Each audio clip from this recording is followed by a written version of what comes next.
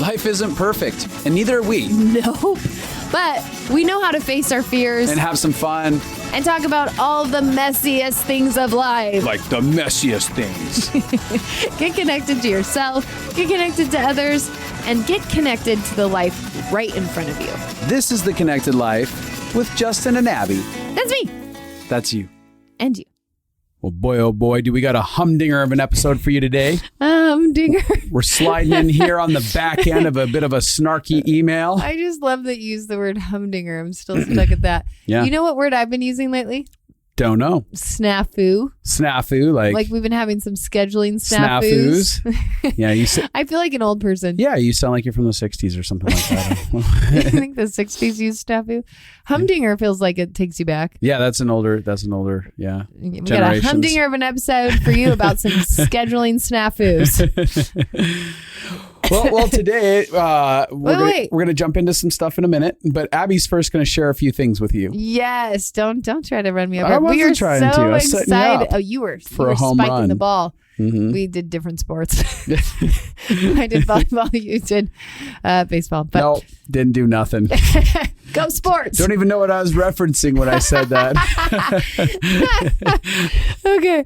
Well, we're doing our Living Fully Alive course. We are running it March this year. I feel very excited about that. That gives you time right now to sign up. Living Fully Alive is a course that we do to kind of cover the fundamentals about being a human. Pizzi, who's been on this show a bunch, always says... She is also human. she always says like they should make this like mandatory. Learn how to be a good human school. Like just learn your operating system and what's going on internally for you and how to heal and process life healthily. So we are starting that in March. I just wanted to read like one or two comments that we've had about it. Okay, so, do it. Abby, I just got off the phone with my parents. They're in Australia. Wow, wow, wow, wow, wow, wow, wow. That's one word. That's a lot of wows. All in caps. It was wow, wow, wow, wow, wow, wow. I'm crying right now. Cry face, cry face, cry face. They have been so radically touched through Living Fully Alive. They were both crying, telling me how much they love it. My dad telling me how it's brought love back to them in their marriage. Wow. My mom told me it feels like dad can love. They were thanking me, and I just wanted to come and thank you because without you and Justin, they wouldn't be experiencing what they are. My dad has worked for 15 years in child safety, like a social worker in rural I can't say that, rural Australia. That's not a word I can pronounce. And he started using the tools, in all caps, at work with the clients and kids, and he is training the workers. Shut up. Yeah, amazing. Here's the deal. I've never read this. I know. This is kind of fun. And they have had so many breakthroughs, in all caps, in these children's lives, validating these kids' feelings and helping them process their trauma. All I can say is thank you. My dad is now pushing for the government-funded organization to put all of their workers through Living Fully Alive. What? Yeah. Pretty cool, huh? That's pretty cool. Yeah.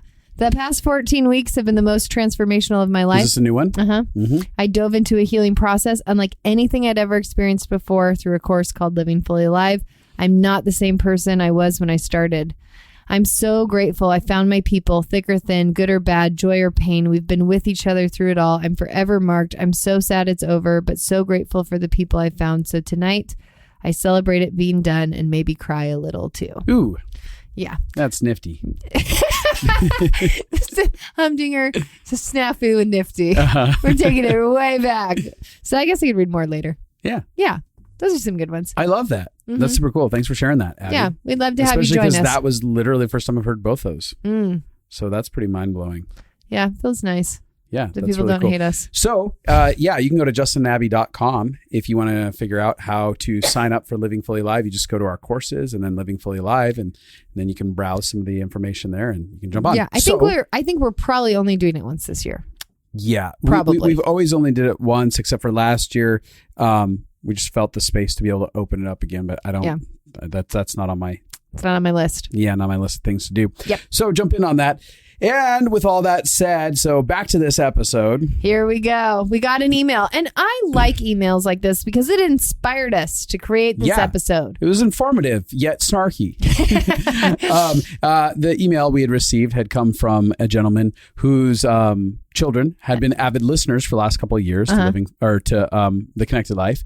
And apparently there was a confrontation that went down, and it went okay. But he was pretty mad that he didn't have some kind of resource to be prepared for the confrontation. And he said, and I actually thought that was smart. Yeah. I mean, everybody needs a resource to prepare. Yeah, specifically to be prepared for confrontation. Yeah. So we wanted to create a podcast. Yes. So if y'all want to like confront somebody, be it friends, family, stuff like that. Send them this first. Hey, like I want to be able to have a dialogue with you. Here's something that might be a good resource for us to begin. Both listen to together before we talk. And figure out how to do this well. And I'm sure people will be super thankful that they're being handed a podcast. Oh, great. I'm getting a podcast and you're going to confront me. Well, it's helpful. And sometimes the best way to start that off with is not, I want to confront you. It's, I would like to have a heart-connected conversation with you or a conversation with you. Yeah, I want our relationship to grow closer. And I know that there's some things some walls that I have that I'd like to talk through so I can. And we've talked about that in the past. And I think sometimes I want to say this. Oftentimes, people are very scared, overwhelmed, being brave and courageous. And we're going to actually get into that being a valid point inside of this. But they're already got a lot of anxiety going into it. And so sometimes they don't necessarily set things up as best as possible. And messes happen. It's part of life. We're messy.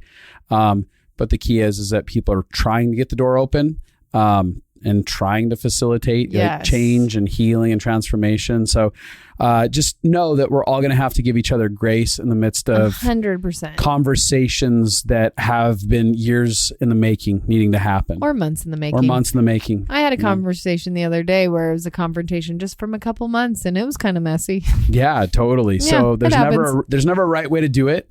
But there's never a perfect way to do it. Yeah. Yeah, there's never a perfect way to do it. There's just, I'm doing it, but there's ways it can be a little bit more helpful to be heard and to help people feel like they've been heard. Yes. So we're going to get into this is going to be, if you're married, if you have siblings, if you have kids, if you have coworkers, all of this is going to be helpful for you to learn how to deal with confrontation. Yes. So we're going to set you up with steps to being prepared. The core values you need for being confronted. Yep. Yeah. Let's do it. All right. The first thing you have to start with is just the belief and understanding. Misunderstandings are inevitable and common. Several of these steps I'm going to throw out are things I have learned from my friend and coworker, Ben Day. So I want to give him credit for a couple of these. We don't want to give him too much credit. I mean, if he didn't say it, we want to give me credit if it's coming. Yeah, because I actually should give you credit all the time. Half my ideas are from you. I'll take it. That's true. That's what living with you for years and years has done. It has made me welcome. Your parrot.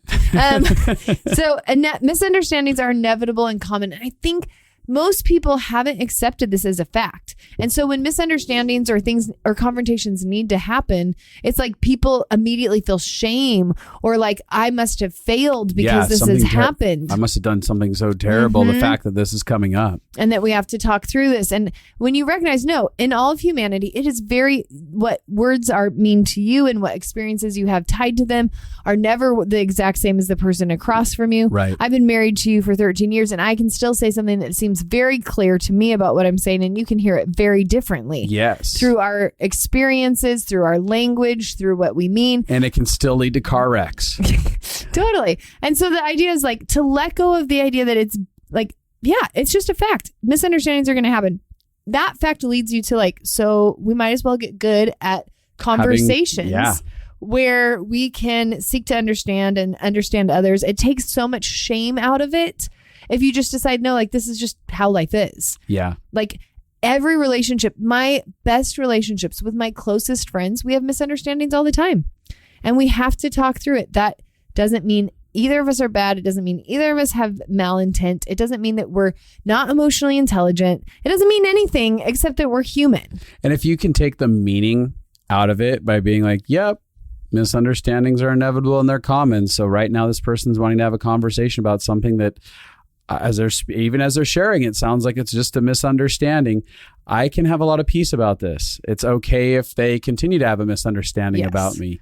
I'm going to be okay. And so we can just let ourselves be in it.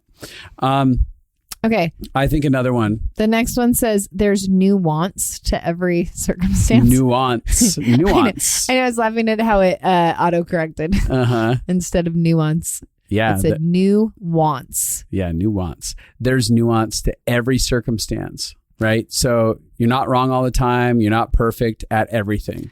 Yeah. The concept is when somebody confronts you, it's easy to go black and white. That must mean, like, if you say, I'm having hurt feelings because of this, it's easy to be like, I must be hurting your feelings in every way. I must be a horrible wife. I'm failing in all these ways. Like we often take shame, which makes it a black or white concept. I'm all bad or I'm all good. And we often try to defend that I'm all good or you're all bad instead of holding the nuance, which is most of us are both all of the time at the same time. I can be having a really good heart for you and have triggers. Yeah, I can be having a really good heart for you and be causing damage. Yeah. I can be doing everything right and it can still affect you in a negative way. Mm-hmm. And so if you can start to recognize that when somebody's telling you that they have hurt feelings, that doesn't mean you are a horrible blank wife, mother, child, lover, boyfriend, girlfriend. Husband. Yeah. All of those things. It doesn't mean you're an entire failure. Yeah. It just means that there's an area that there's pain. Whether or not they say it that way, it's important. Like, you could tell me that I'm a failure as a wife, but if you understand, everything is nuanced, you'd be like, well, that's not true about anyone. No one is a complete failure. Yeah. At everything. Yeah. Everybody has good and messy. And I think on that note, actually, the idea of I can fail at something, but I don't have to be a failure. Failure is a conversation about identity ego, which is something we're going to get into in a second. Okay, I am a failure versus I failed. And accepting that throughout all of life, we are all failing. Failing, as our good friend Bryant Ellis likes to talk about on the Fail Journal, is that failure is meant to be a teacher if we'll embrace it. Mm-hmm. And so rather than avoiding conversations that might highlight a way that we failed, that should be a place where we push in and we be like, oh my gosh, I'm so excited. I'm going to actually get to hear about how I failed. Now, historically, for a lot of people, when they hear about how they've failed, it comes with a lot of punishment. That means relational disconnection, maybe aggression, intensity. It may come with a limitation of what you get to participate in. It just comes with a whole lot of stuff that doesn't feel very good. But if you're a balanced, healthy adult and balanced, healthy adult relationships, the conversation around failure doesn't have to be that. It can just be like, oh, cool. I get to know a place where I made mistakes. I got messy and I'm going to learn and grow from it. And it's going to bring out the best of my heart that I actually want to be seen. And again, if you believe that, so it comes to another belief about humanity, that there isn't an ability to be perfect, that we are going to hurt people. Right. When we're fighting that, then we have to fight tooth and nail to explain, no, I did this right. No, I wasn't meaning that. If you're like, no, I'm going to do things that hurt people, even by accident. I think most people haven't accepted that. I'm going to do things that hurt people by accident. So if people have hurt feelings by me, it doesn't mean I'm a horrible human who doesn't care about anything. And I think, again, that right even there, when you're saying that, like the simple acceptance, I'm going to hurt people. If you can prep yourself now inside of your emotions, even when you're listening to this, and begin the process of being like, I hurt people. I do currently, and I will in the future. And everyone will hurt other people, and that's part of humanity. Yes. Okay. We're all in the same boat. Yes. And now I'm not more broken than everybody else. I'm literally in the same amount of brokenness as everybody else. We all, and when you have performance, like you need to be perfect in order to be loved. You need to prove your value. Then you can't acknowledge just being human. Yeah. And so, and I remember lots of times like this because I became an emotional health guru at a young age. So I felt like I should have it all worked out and have it all figured out and have it all together. And so the humility of being like, yeah, I'm going to hurt people and I'm really sorry. Like that. And that not being a reflection of, did I try or not? Did I mean to or not? You know what I mean?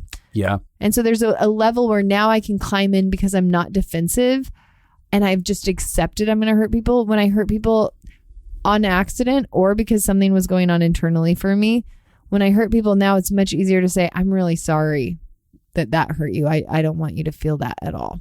Well, I think that even when you're listening to what Abby's saying right now, if you think about the idea of like, okay, a professional in this area that has over a decade of experience in helping to facilitate healing, transformation, connection, repair, communication, stuff like that, has a ton of errors in her ways. Yes. And makes a ton of messes. Yes. And so does her husband, Justin. Then you get to take all the strain off your shoulders and be like, yeah, okay.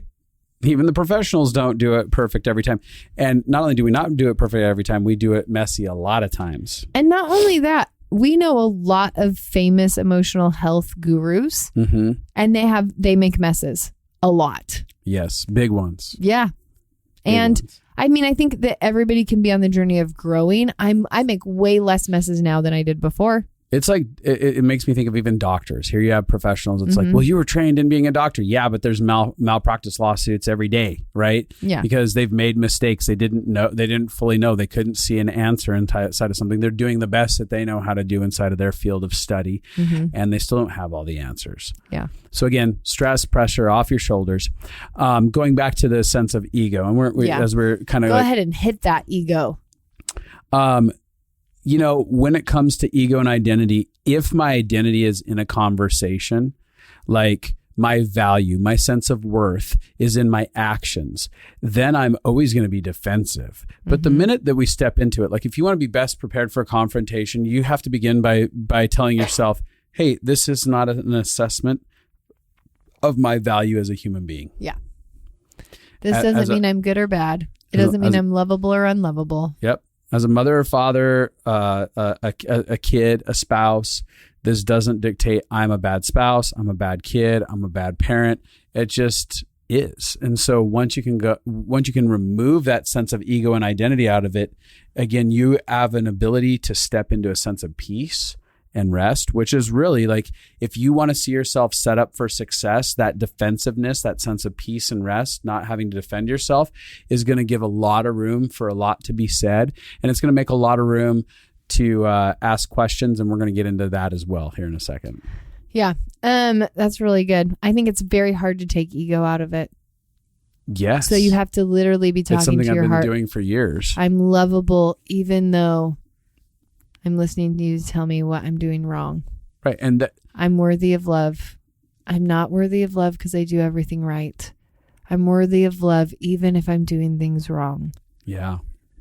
Those are hard truths to connect to. And they don't get solidified overnight. You know, we've been quite a few years in the journey of deliberately trying to develop identity, right? And it still is something that gets challenged. And I have to at times go, hey, Justin, actually, you're not a failure of a boss or not a failure of a friend in this area. As a conversation's happening, like I'm still having to do that. And that's okay. Yeah. Because and when we can... You build resilience though, because now when you have a confrontation, I remember when we first had employees and you'd have a confrontation with one of them come up, you would like spin a good amount. Like, am I failing? Am I a horrible boss? Totally. Is this? And now when you have those feelings come up, you don't spin in it the same way. You recognize them and then you have tools to deal with them so you can grow in this area. Yeah. But you don't have to be perfect. Yeah. So I was going to say with that, allow yourself to grow in the sense of your ego and your identity, right? As these begin to happen, just even if you do get messy and you're like, oh my God, I shame spiraled and I hated myself and I felt like they were just attacking me and that I'm just a failure.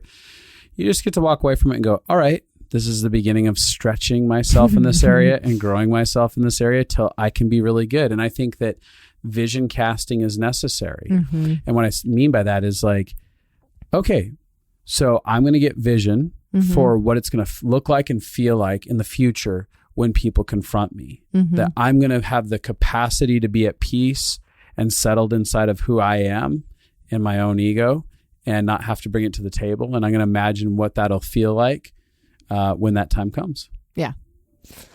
That's true. Very good. Okay, the next thing, let go of certainty. This is one that I have done a horrible job at in our marriage. So what do you mean? You're hearing it here first. Okay, I'll take it. Certainty is the idea that like I for sure know what I said, and I for sure know how I said it, and I for sure know how it came across, and I for sure know what all that was going on inside of me. So like that wasn't my intention. I didn't say it that way. That's not what happened. All those are certainty statements. And one of the things that I have found that has been the most liberating, this is another one from Ben Day. I want him to get the credit for it, is that, but as soon as he started talking about it, I recognized like this makes so much sense. So in my own world, in Living Fully Alive, we talk about how 90% of your thoughts that are going on are subconscious. So if you're not intentional, your subconscious will direct your life and you will call it fate. And that's why we help people learn what's going on in their subconscious so and learn how to value it so they can be in charge. But the idea is if you have 90% of your inner world is going on not what you're thinking consciously, that means when you're communicating, there's always a chance something can be showing up that you're not aware of. Like you might feel like I'm not defensive at all, but there might be an edge that subconsciously is coming up. And so it doesn't mean you have to then take, yes, I must be that. It's more just the like, you know what? I don't feel defensive, but I'll take some time to look into that and see if there's something going on inside of me that I'm not aware of. Or I know there's things I could not be aware of. So there, it might be in there. Just it's an acknowledgement that you don't have to take ownership like, oh, you're saying that I'm being defensive. I must be being defensive. It's more just like, I don't feel that internally, but I know that I don't know everything going on inside. Yeah. It's one. And then it's also the uncertainty of like, if you're like, you sounded intense, being like, oh, I'm so sorry. That's not what I meant internally, but I know that I could come across differently than what I'm feeling on the inside. That thing of, excuse me, that thing of, I am aware that uncertainty exists. Like there's no way to know in any human dynamic. There's no way to know every single thing about what's happening on all of the levels, emotionally, physically, relationally, all at once. There's so many things firing. So, one of the ways that he'll respond, if I'm like, hey, you said this, he might say, oh, I don't remember saying it that way, but I might have. And it just gives that edge of, he's not giving up to what my account is. He's not saying your account is more right than my account. He's saying, oh, that's not how I remember it, but it's hard to remember everything perfectly. Yeah. And that is such a huge, I mean, we have not done that well in our marriage. So in our marriage, you'd say, Abby, you said this. And I'd be like, no, I didn't. I would never say that. And then I'd say, you said this. And you'd be like, no, I didn't. You don't remember. We need video cameras. Because we were so, we both were like, no, I'm right. No, I'm right. No, I'm right. And there is a black and white truth. And I'm the one saying it. Instead of being able to give up, it's a posture of humility. Mm-hmm. It's a posture of saying, this is what I recall, but I don't, there's always things I could be missing. Totally. It's the concept of there are things I could be missing. There are ways I come across that I could be not aware of. There are things that could be going on inside of me that I'm not aware of. There could be things that happen in a memory that I'm not aware of. So it's the consciousness of I might be missing something in this. And that in itself is validating. Yeah. It's validating to just say, I don't remember it that way, but I am saying your reality could have happened. Well, I think that a lot of times, like even in my childhood, as I got older and started talking to my mom about it, my mom would say, no, that never happened, when in fact there were things that legitimately happened. But then as she started growing and stuff, she started saying like, I don't remember it, but could have happened that way. I want to hear your heart about what your experience is. And I think a lot of times that we have interactions where there's stuff that pain is experienced, and in the middle of us maybe acting out of our own personal triggers that end up creating pain for other people, we don't remember. I know there's times where I don't remember things that I've said or done. Oh my gosh. And you may bring it up and I go, I just don't have any remembrance of that. But, you know, if I'm in that humble place, I can go, but I'd love to hear your heart, because for the person that's in pain, somehow that experience was pretty impactful. So whether or not they've seen it right or heard it right, it was definitely impactful. Well, and there's no way to know what was right? There's no way. Two people walk away from the same experience and they both retell the story of how the conversation went, and it's radically different. Which is why in court of law is like they bring a jury in and they examine things from a million angles, not just because potentially everyone's lying, but because each person has a different view of what happened. Even witnesses that have no attachment to cases can tell this story radically differently. They're just like, I don't know, that's just the way I saw it and remember it, you know? And so they're trying to gather evidence from many different angles and kind of assess like what's the balance in the middle.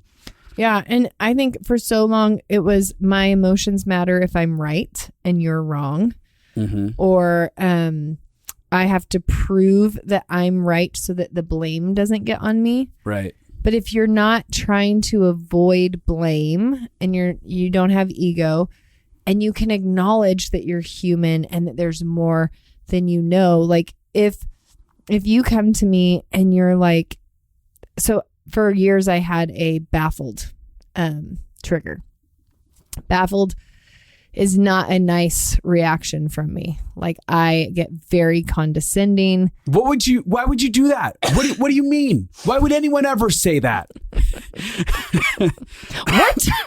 What did you say? Like I have visceral reactions. My face looks like, and scornful. Honestly, on the inside, I'm not mad or condescending at all. I'm literally confused. I'm like baffled. I cannot figure out what's going on. It's probably connected a little bit to my dyslexia and a little bit to my ADHD and a little, like there's a lot that goes into my baffled. But for years, you would say like, this feels condescending. And I'd be like, no, I'm not. I'm not looking down on you. I'm literally trying to figure this out.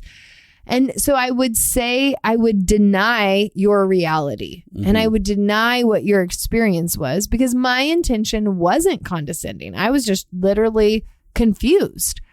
And I remember, you know, in the past, I had people who thought I was angry because I was like, what is happening? Why would you do that? And that sounds really aggressive. And I was like, no, of course I'm not angry. I don't care about this. But it was just, I needed to understand what was happening. And so if I would have had uncertainty language back then, I could have said, I'm really sorry that's coming across that way. That's not my intention. But there might be something going on inside of me that I'm not aware of how it's coming out. Yeah. So I wouldn't have to say, yes, I'm being condescending, because that's not true. But I could have said, there might be something going on under the surface that I don't know about, and I'm going to pay attention to that. That would have felt so good for your soul. Oh, yeah. Yeah. That would have felt so good. And then for me to leave the open-ended of like, I should check and see what is going on in my soul. Like, what is this? As soon as I started recognizing it, I was like, and this is what I could have discovered that you were baffled long ago. And yes. That this is the response of feeling baffled, confused, overwhelmed, maybe. Well, and now whenever it comes out across you, you're like, are you confused or baffled right now? And I'm like, oh, yeah, sorry. I can instantly take ownership because I understand it. And this is what I wish I could go back and tell people. There's no way for you to know yourself enough to know every way that you react and respond to things. There's things that I remember when I married you, I'd be like, are you okay? And for 3 weeks, you'd be like, I'm fine. And then like, finally you'd like have a freak out. And then you'd be like, yeah, for the last month, I've been feeling blah, blah, blah, blah, blah. But you weren't aware of that in the moment. It didn't come until it came up. And so that's what I'm saying. We are complex human beings with complex emotional protectors and systems. Yeah. And so the idea of being like, I don't fully know. And I think this all the time. Triggers mess with your memory. They mess with how you remember things. As soon as your amygdala is involved, which is your emotional response center in your brain, that means the blood is not flowing to the executive function of your brain, which that is the logic center. And so we are less likely. So if somebody confronts me about something I did while they were triggered, a great thing to think is, I probably wasn't showing up the way that I fully remember. Mm-hmm. But you don't have to give up your reality either and say that they're all right either. You can hold on. Like, conflict will never work if either of you have to deny your realities.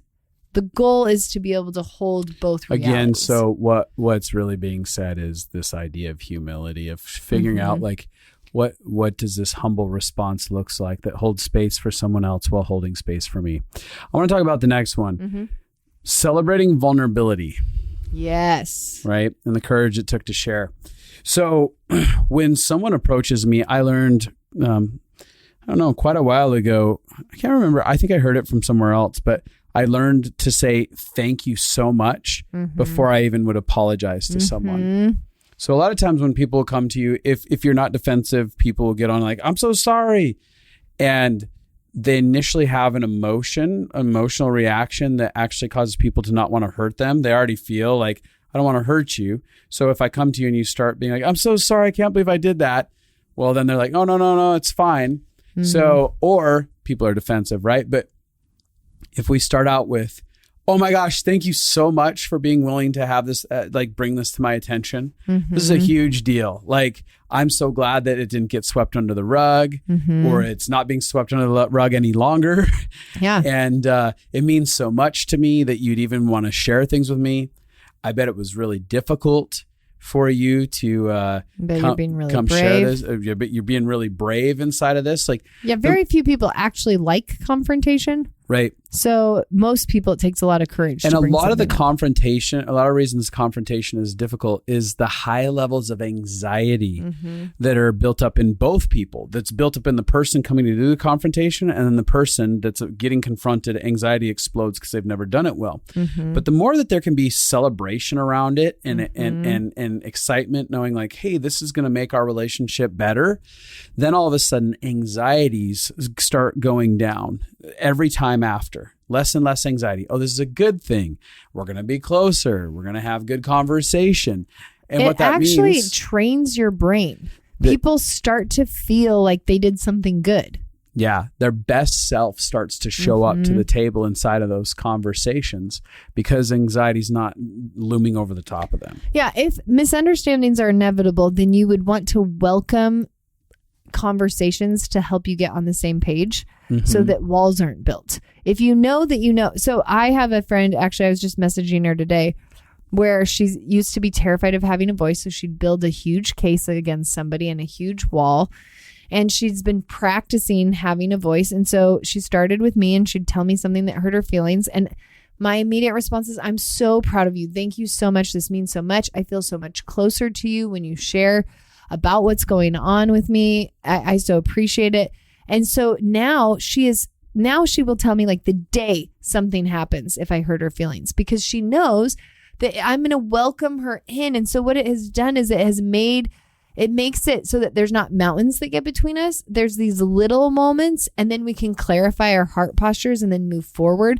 It's so much easier to have little course corrections or readjustments or getting on the same page moments. It's so much easier than having mountains. Yeah. And let me talk about mountains for a quick second, because there are a lot of you out there that there'll be family confrontations that begin to take place.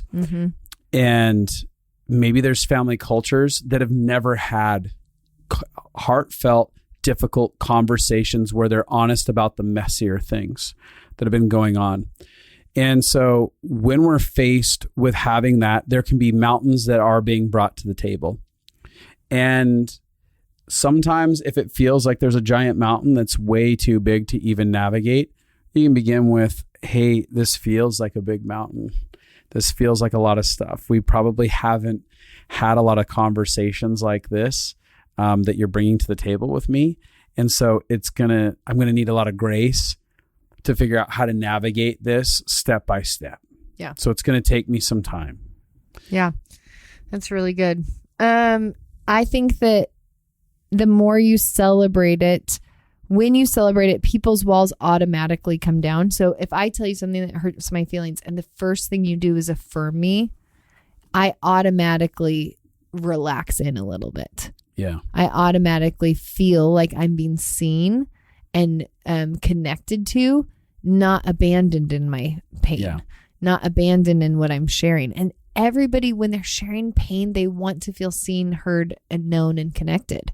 Yeah. Connection is what brings healing. And we're terrified of confrontation because we're terrified of disconnection. But there's no way to have connection without confrontation. So a lot of us feel trapped and stuck about, I don't want to confront, but I also can't not. Yeah. And so when you affirm somebody and celebrate them, it immediately brings kindness and warmth to people. One of the things that when stuff is brought to the table in a confrontational way, oftentimes we feel like it's our job to fix. Mm-hmm. Like I have to fix their pain or the problem that's here. And that can create a sense of walls that go up inside of us. Like, I don't know how to fix this. What do you want from me? I can't do this. And then what happens is... Or like people try to fix you and you're like, that's not what I wanted. I want to feel seen and heard and understood. Or because we don't feel like we can do it, we end up deflecting and becoming the defensiveness. The defensiveness will come out of like a deep inner thing that says, I believe I'm supposed to fix this, but I know I can't. Mm-hmm. And I think you're requiring me to fix you and fix all the problems that have come with this. And so that takes stakes out of it when you just decide, okay, I know I can't fix this, but I can participate in a way that has the potential to help facilitate the healing process. I can be a part of repair. So I can be a part of repair. It doesn't mean I can repair this person, but I have the potential to be a part of it. Yeah. I think it's really good because, well, one, trying to fix things doesn't work, but two, the pressure to fix things feels overwhelming. And so a lot of people have weird reactions out of just feeling. I remember we watched The Apprentice and Cyndi Lauper, I think it was, anytime somebody confronted her, she'd be like, I know, I'm sorry. She'd just like run over whatever they were saying with an I'm sorry. Yeah. Didn't fix the scenario. No. The goal is to see and understand someone in confrontation. That's where repair happens. Right. And what you said there is seek to understand is another point. Mm-hmm. Like if my goal isn't to fix, but it's actually, hey, I want to seek to understand and I want to figure out how to validate. Mm-hmm. Simply be able to look at someone and be like, hey, I hear that you have pain in that area and it makes a lot of sense, especially, if it's true or it feels like I did that on purpose or I did do that, like any of that stuff. It would make sense. And it matters to me. So, hey, I'm really sorry. I want to tell me more about how that affected you. So the more that if my identity and my ego's not in it, it's so much easier to be almost like a sleuth. Yeah, curious. Uh-huh. That's an old school word. A sleuth. Well, this is good word day. Uh-huh. I'm going to go sleuthing around. You little sleuther. And people's anxiety again goes down when we start our sleuthing process because they're like, oh, they care. They want to know. They're asking questions, not from well, tell me exactly where that came from. Totally. It's, hey, tell me more about where that came from. If there's no defensiveness, this invitation happens. They feel like connection is being built. Yeah. I think so much of what we're talking about is how to attune with somebody, how to connect to them and how to validate.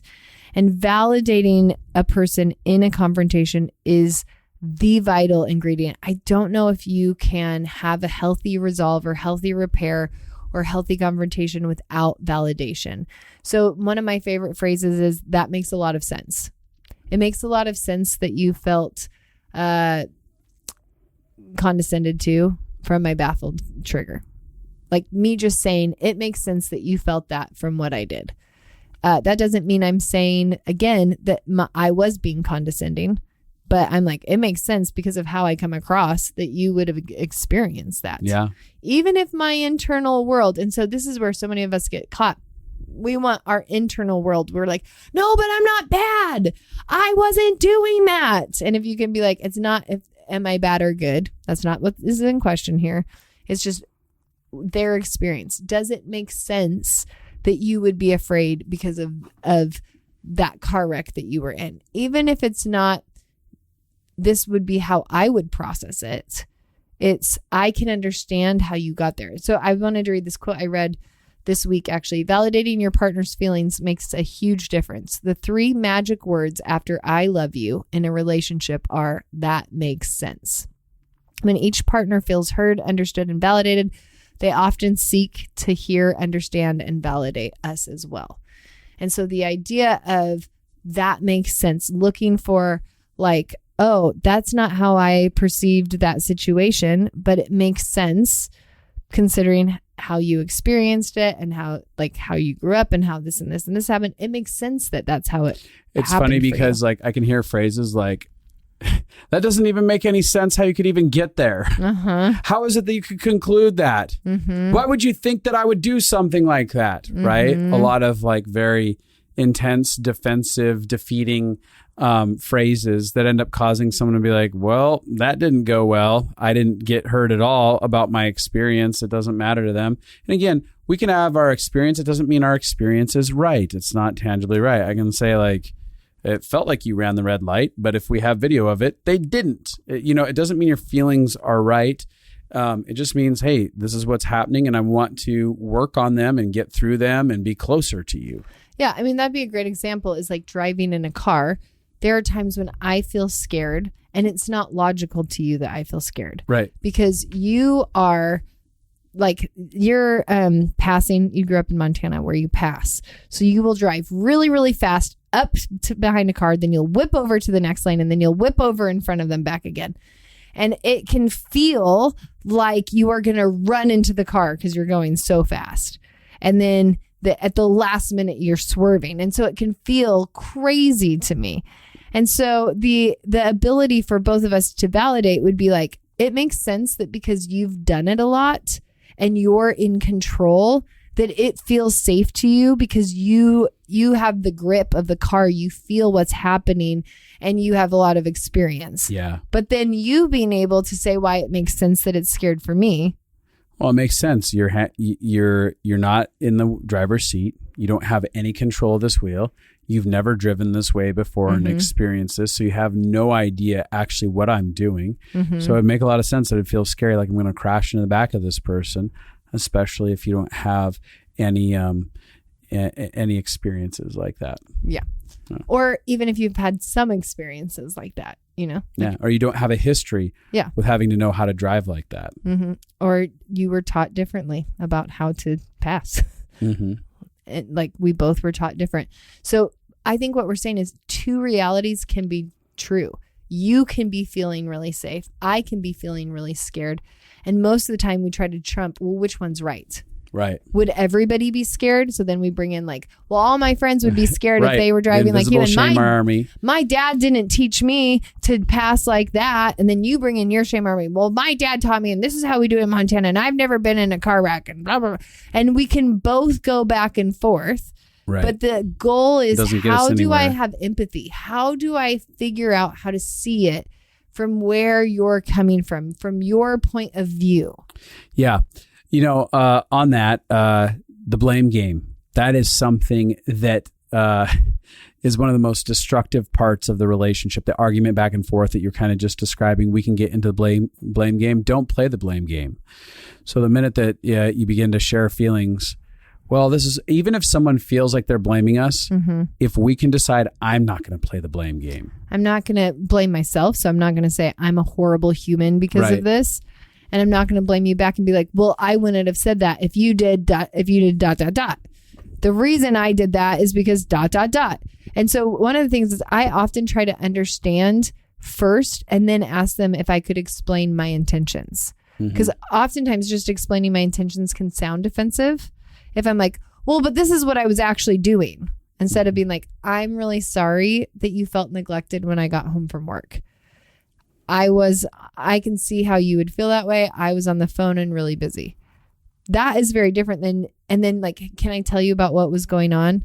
Right before I got home, I got this emergency call that this was happening with my mom, and I was so confused about what was happening. I knew I immediately had to make these 4 phone calls, and it was time sensitive because the thing was closing at 5 and it was 4:50. And so I walked in and I was just focused. But if I start with that, if you're like, hey, it hurt my feelings that you walked in and didn't acknowledge me. And I was like, well, I was on the phone with my mom. I was taking care of an emergency. Like, I'm saying accuracy, but if I can meet you in your feelings first, that makes a lot of sense that you feel like that, because I did walk in and I didn't acknowledge you, and I'm really sorry. Do you feel like you're at a place where I could tell you what was going on for me so that you could understand my heart better? And then a lot of miscommunications are solved. And that's follow-up is immediate and can be later on. So there could be things that are much bigger where a conversation unfolds, say, where a parent is confronting a kid and a kid has a whole lot of pain in the area that they're being talked to about. And they immediately want to be like, well, you said to me, you've done this for years and this is how I've been hurt. And if we can pause right there and actually decide like, hey, if they're coming to me, confronting me, wanting to have a conversation with me, I'm not going to turn it on them. My role is to try and seek to listen, understand. Mm-hmm. And if they don't want to hear, if I want to inject like, hey, I would like to share some more in my world about some stuff, and they don't want to, is now a good time. Yeah. Some of them might be like, no, I just need to be heard. And understanding that like sometimes our ability to be heard, the person that's being confronted, may take a follow-up conversation. Mm-hmm. Like, hey, a few things came to mind when you were talking during all of that, and I'd really like to do a follow-up conversation in a couple days or a week from now, whenever we get some time, to kind of explain some things and also talk about some places where I have some pain that I realized I have in that conversation. Yeah, most people only have two gears. It's either this is about you or this is about me. And we have so many people have a trigger of being misunderstood, that as soon as somebody says something where they feel misunderstood, they want to jump in and defend themselves and explain. And so you've got to be results oriented, which means I care about you actually understanding my heart, which means I have to validate you before I even share.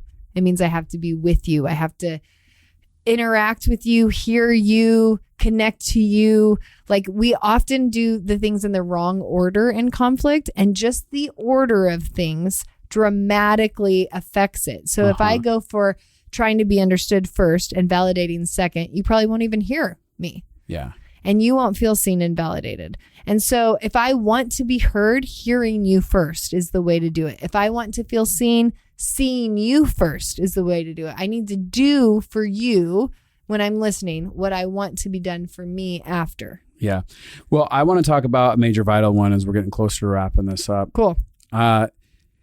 A huge thing is narrating your inner world, right? And so what does that look like? Well, a lot of times when this is something that's changed our marriage. Just when I'm being confronted, if you're for the first time being confronted and someone's like, I want to have a conversation with you, being connected into what's happening internally and narrating it is going to be really helpful. So let me give you some examples of that. So part of narrating your inner world could be like, hey, right now, I'm feeling a little overwhelmed. This is news to me. This feels a bit confusing. I'm trying to take in all the information. I don't really know what to say. I can tell I have a little bit of anxiety, maybe. I have fear about if I'll do this right or not. I'm not quite sure what you want from me in this, but I'm trying to figure it out. It matters. Like, the conversation matters to me. I want to be able to get to the other side. I want to see some repair happen here. I'm feeling locked up. I can't think anything right now, but I want to be here and I want to be able to do this with you. I feel like I need to take a break and maybe come back to this because of the magnitude of this for me, or the emotions I'm having in it. Yeah, it's the ability, like, you're allowed to say that you don't know what to do, and you're and I'm all for narrating. I wouldn't recommend narrating things like, I'm feeling so angry at you right now, I want to punch you.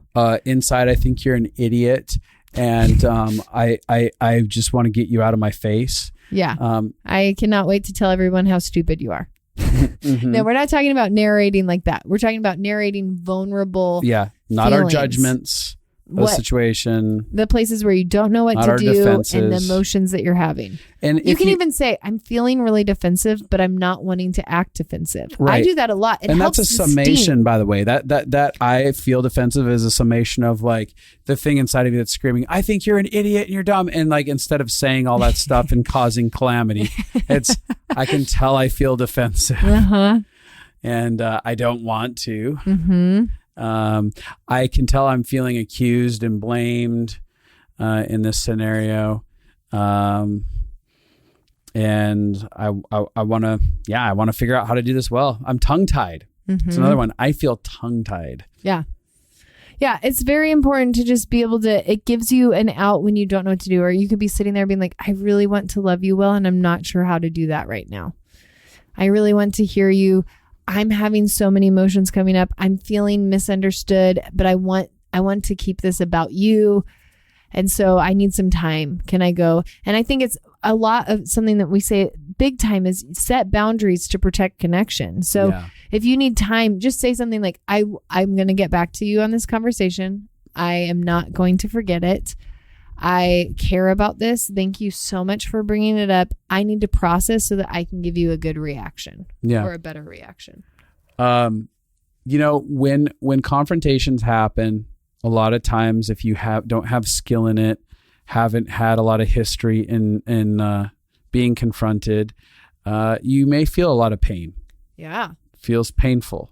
Absolutely. Feel sad. If you could feel devastated, it can feel intense, Well, and confrontation triggers all of your childhood when your parents punished you and didn't know how to see you or understand you, or when you got in trouble by your teacher, or when your friends misunderstood you and they all abandoned you.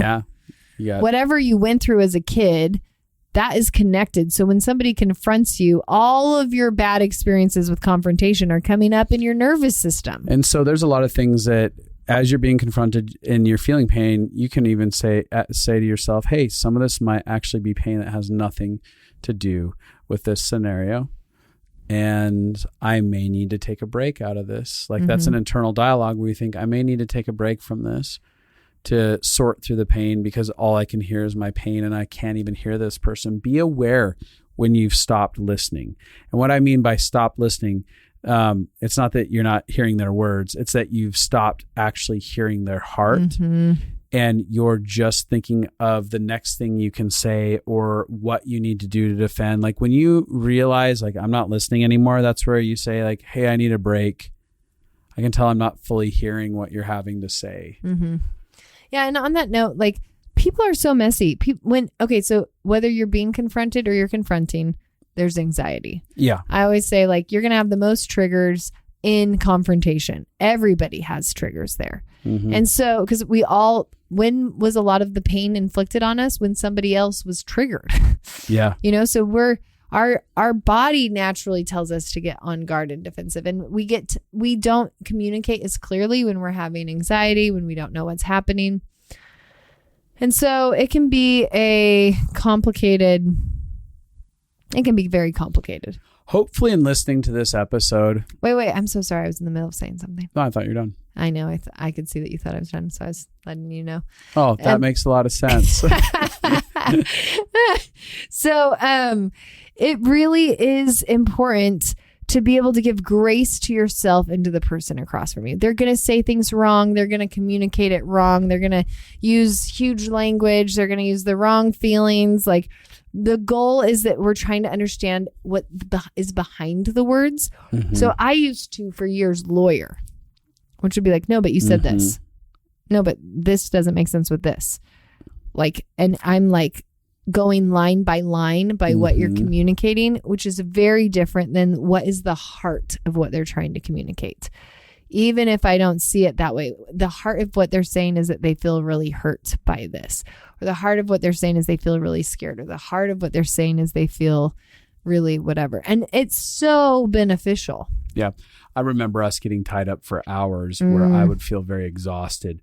because of that lawyering thing where it'd be like, yeah, but you said this and that wouldn't make sense. And then your baffled thing, which felt condescending, right? Totally. It's like, why would you say that? And I'm like, it's not what I meant. That's not what I'm trying to say with those words. Like I'm trying to say, but you would say some crazy shit because of trigger brain. And I didn't understand trigger brain back then. Yeah. And I would be like, why would anyone say it this way? But it was like, there was truth on both sides because what you were saying is not how it would be said if you were not in a triggered state. And so there was logic for me to be like, this is not logical how he's communicating it. And there was logic for you on how you were communicating it. Yeah. But because I wasn't able to seek to understand your words or what was behind your words, and because you weren't able to own that the way you were coming across might be different than your intention, we both would get stuck and we'd just loop over and over again. Totally.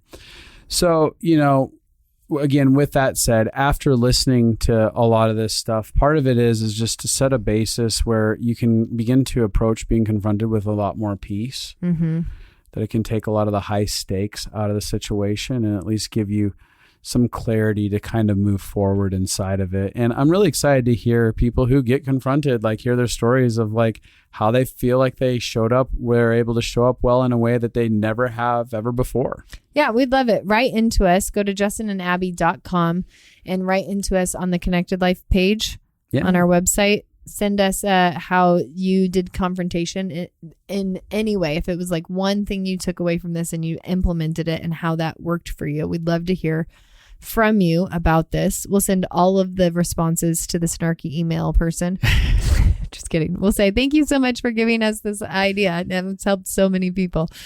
And know that it takes practice. This is something that me and you have worked on for years and years and years, and we're still growing and we're better than we've ever been. And we still have farther to go. But the more you do something, the easier it is. It might feel really hard and like you're doing something very robotically when you're like, what I'm hearing you say is ... It makes a lot of sense that ... That might feel robotic in the beginning, but you'll eventually connect to it. Yeah. So with that said, again, sign up for Living Fully Alive, happening right now. Get over there at justinandabby.com. That's the prereq for our life consulting masterclass that we are teaching. Yeah. And with that said, rate, review, subscribe, and share. Yeah, one of the things I thought is like get your friends and your family to all listen to this because it will create like common language and common understanding. If you guys can work together on practicing these things together, you won't be confused when somebody's saying or doing something, and you'll like have language to be like, I'd really love to just be heard now. We created this as a resource. If you are feeling stuck in a relationship, to be able to listen to this together and be able to take steps to move forward to hear each other. Yeah. All right. Go team. Go team. Sleuth and Humdinger and Snafu and Deducing. I don't know what the other ones were. Nobody used the word deduce today.